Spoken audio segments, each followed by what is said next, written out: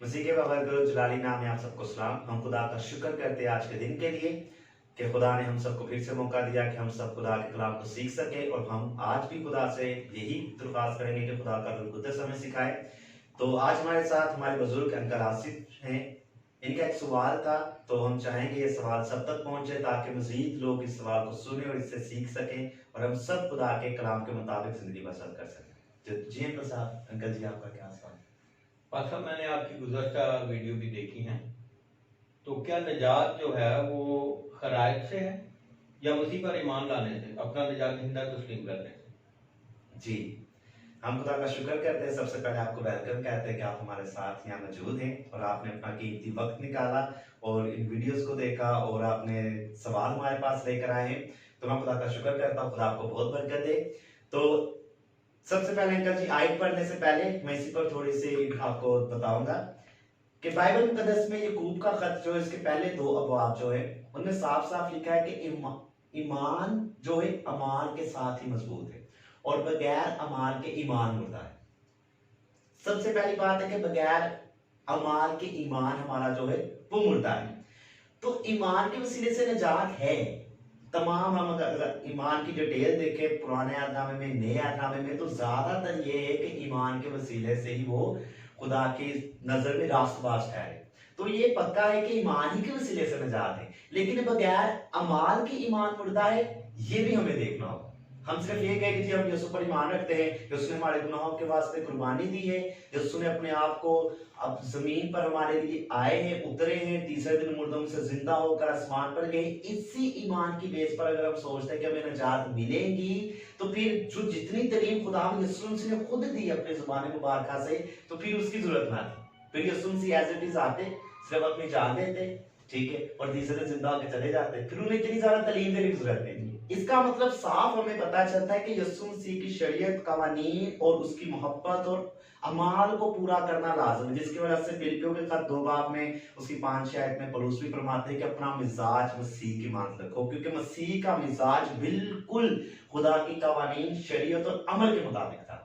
तो ये जरूरी चीजें हैं, तो इनको हमें मद्देनजर रखना है। तो लेकिन मैं चाहूंगा कि मैं इसे शुरू से शुरू करूं ताकि जो आपने सवाल किया है इसकी पूरी आयात लोगों तक पहुंचे, उनको भी पता चले कि ये शुरू कहां से हुआ और इसका इख्तिताम क्या है, ताकि उन्हें पता चले कि ये बात कहां से चल रही है और कहां पर खत्म हो रही है, और हम उसी से शुरू करेंगे ताकि हम मजीद इससे अच्छी तरह से सीख सकें। तो मशहूर जमाना आयत जो हर जगह पर गलती पढ़ी जाती है वो है लूका 6 बाब 38 आयत, दिया करो तुम्हें भी दिया जाएगा। तो जी ये आयत याद रखिएगा, दिया करो तुम्हें भी दिया जाएगा, और जिस पैमाने से तुम नापते हो, फिर अमल आ गया, हम नापते हैं। पहले क्या होता है, ईमान अमाल के बगैर मुर्दा है।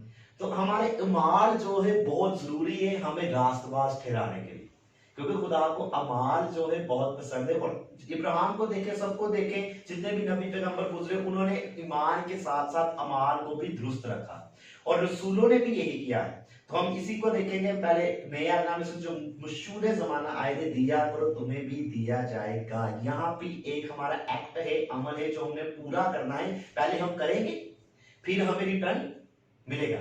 तो ये चीज बहुत जरूरी है, लेकिन इसका जो लिंक है वो दया की सके। वो मैं पूरी आयत पढ़ता हूं ताकि पता चले कि इसमें पूरा करेगा। लूका 6 बाब उसकी 38 वर्स 38 आयत है, 6 बाब के 38 आयत, दिया करो तुम्हें भी दिया जाएगा, अच्छा पैमाना दबा दबा कर और हला हला कर और लबरेज करके तुम्हारे पल्ले में डालेंगे, क्योंकि जिस पैमाने से तुम नापते हो उसी से तुम्हारे लिए नापा जाएगा। मतलब जिस पैमाने से हम नापेंगे उसी से हमारे लिए नापा जाएगा। मतलब जिस तरह का अमल हम करेंगे उसी तरह का अमल आगे हमारे साथ किया जाएगा। तो ये बहुत जरूरी है जानना कि हम अमल के मुताबिक क्या करें। ईमान तो हमारा यीशु पर है, उसकी कुर्बानी पर भी कि यीशु ने हमारे लिए जान दी, तीसरे दिन मुर्दों में से जिंदा हो गए, बहुत बड़ा काम किया, हमारे निजात का पैगाम पूरा किया। तो ये ईमान ही है, हम ईमान ही के वसीले से रास्तबाज ठहरते हैं। लेकिन ईमान के साथ अमाल जरूरी, हर जगह पर हमें एक्शन जरूर नजर आएगा, अमल जरूर नजर आएगा, और वो यही है। पहला, ज्यादातर लोग कहते हैं दिया करो तुम्हें भी दिया जाए। जब भी वो हदिया या दायिकी की बात करेंगे वो कहते हैं जी दिया करो तो तुम्हें भी दिया जाएगा। लेकिन यहाँ पर इस कॉन्टेक्स्ट में ये बात नहीं है, क्योंकि यहाँ पर लिखा है जिस पैमाने से तुम नापते हो।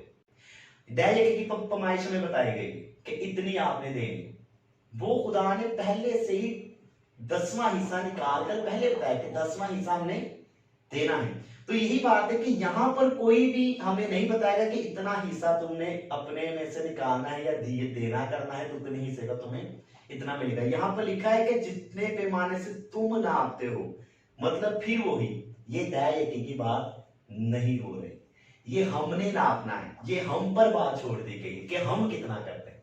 जिस पैमाने से हम नापेंगे उसी से हमारे लिए नापा जाएगा। यहाँ ये बात फिर से मैं दोहराऊंगा नहीं हो रही। तो ये इस चीज को मैं क्लियर करूंगा, मैं फिर से बताता जाऊं कि आपको याद रखना होगा इस आयत का मतलब ये नहीं कि दैय की इसका मतलब कुछ और है, तो हम उसी को आगे बढ़ाएंगे। तो हम पुराने आदम में देखें तो जैसे मत्ती की चीज 6 बाब 2 और 4 आयत में यीशु ने कहा कि जब तुम खैरात करो तो अपने आगे नरसिंगे ना बचवाओ।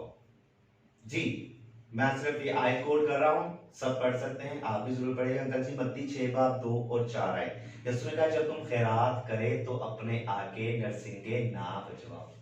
इसका मतलब क्या है कि यीशु ने खैरात करने से मना नहीं किया, सिर्फ उनका एक अमल मना किया कि दूसरों को दिखावा मत करो।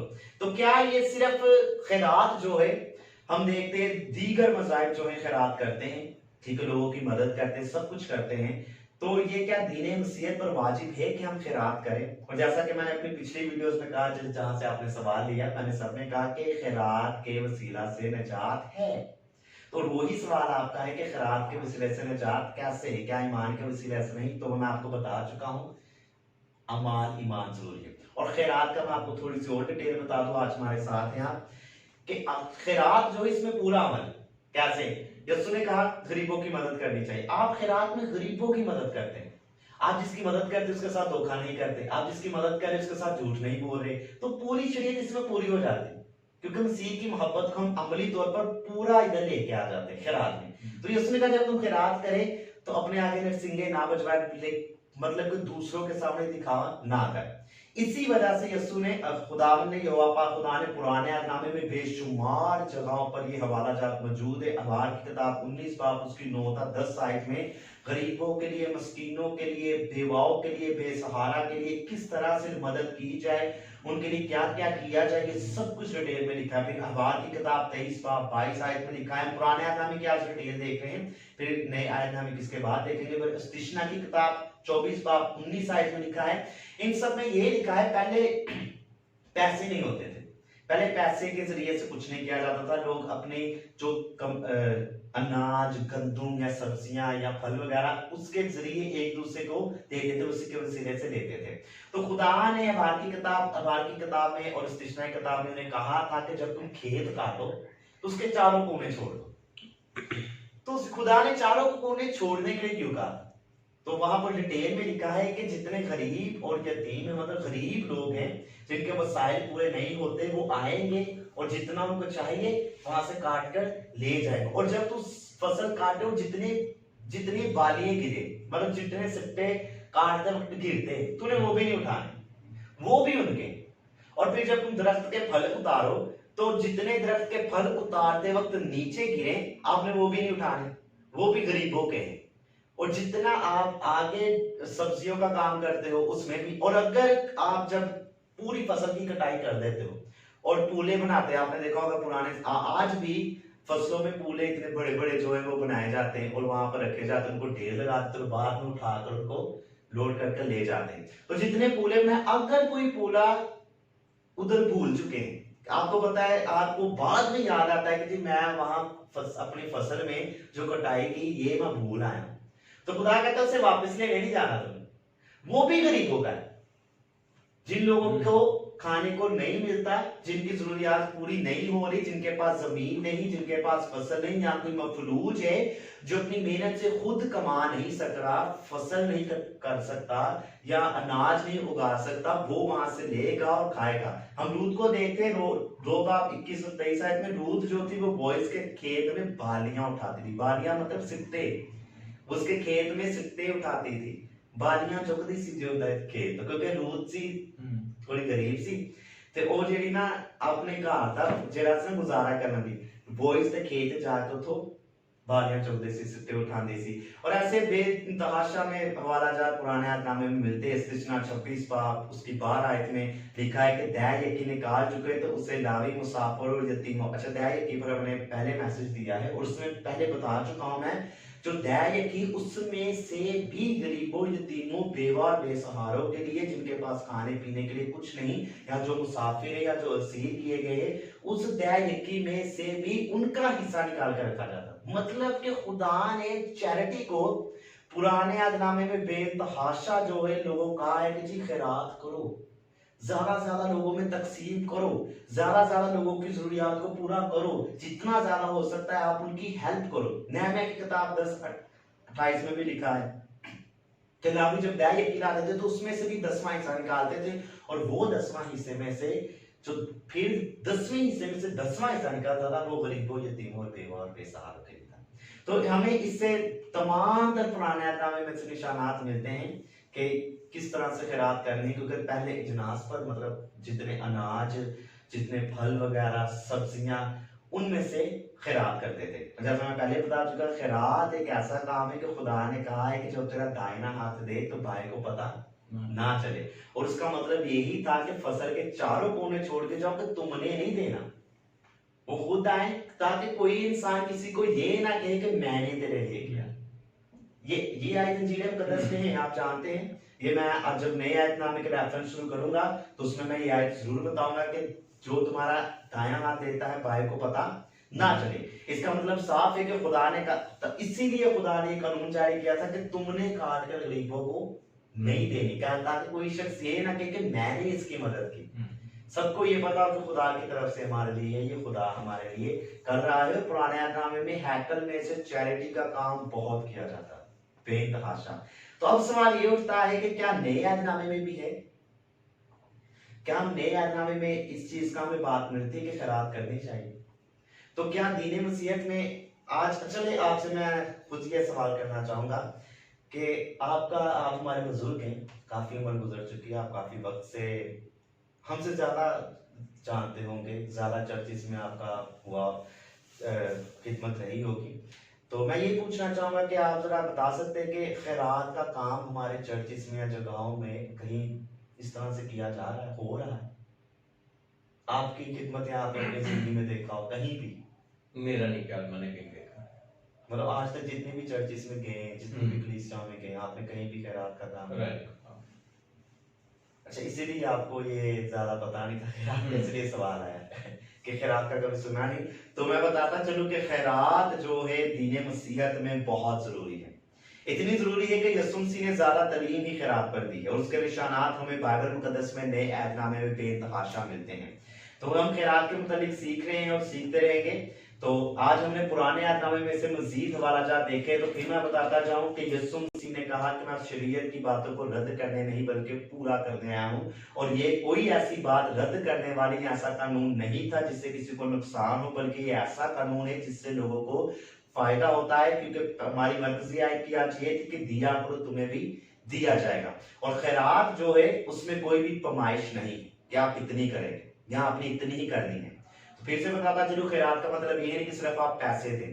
खैरात का मतलब ये आपके पास कुछ भी है, तो ये मैं चीज आपको गिनवा देता हूँ, बता देता हूँ। खैरात का मतलब है कि आपके पास कुछ भी हो, घर में अगर आपके पास कपड़े हैं तो आप उन कपड़ों को जो है चर्च में ला सकते हैं, चर्च में दे सकते हैं, चर्च आके गरीबों की मदद कर सकता है, वो कपड़े आगे दे सकता है। या आपके घर में जूती पुरानी ना हो, मतलब ये ना हो कि कोई कहे चलो जी और साढ़े दो पही यानी ठीक है खराब हो गए ने तो मैं आगे कहना चलो गरीब पालोगे। इंज दी खरात नहीं जी यीशु ने कबूल करनी, इंज दी खरात यीशु ने नहीं जे मननी ना कबूल करनी जी। खैरात का मतलब ये कि आप अच्छा करें। यीशु ने, खुदा ने पुराने अहदनामे में क्या बताया है कि सब फसल को छोड़ दो, ताजा फसल खाएंगे। वो फल जो दरख्त से उतारते वक्त गिरेंगे वो उठाएंगे, आपने नहीं देना। क्या आप ये ना हो कि मैंने किया, ये खुदा की तरफ से हुक्म है, खुदा की तरफ से कानून है, हर ने ये करना है। जो मफरूज होते हैं, जो अपाहिज होते हैं, खुद जो काम नहीं कर सकते, उनके लिए सब कुछ था। तो आज भी चर्चिस में आप इसके ऊपर में मजीद आगे, अभी वक्त खत्म हो चुका है, मजीद इसके ऊपर हम स्टडी आगे जारी रहेगी। मैं ये भी बताऊंगा कि खैरात करने के तरीकोकार क्या है, खैरात कैसे की जाती है, कितनी चीजों में आप खैरात कर सकते हैं, खैरात कितनी कर दी है, और कितना पैमाना है। तो ये जानना बहुत जरूरी है हमारे लिए। और फिर मैं ये जो आपने सवाल किया है कि खैरात में ही निजात है, तो मैं कहूँगा हाँ, खैरात में निजात है।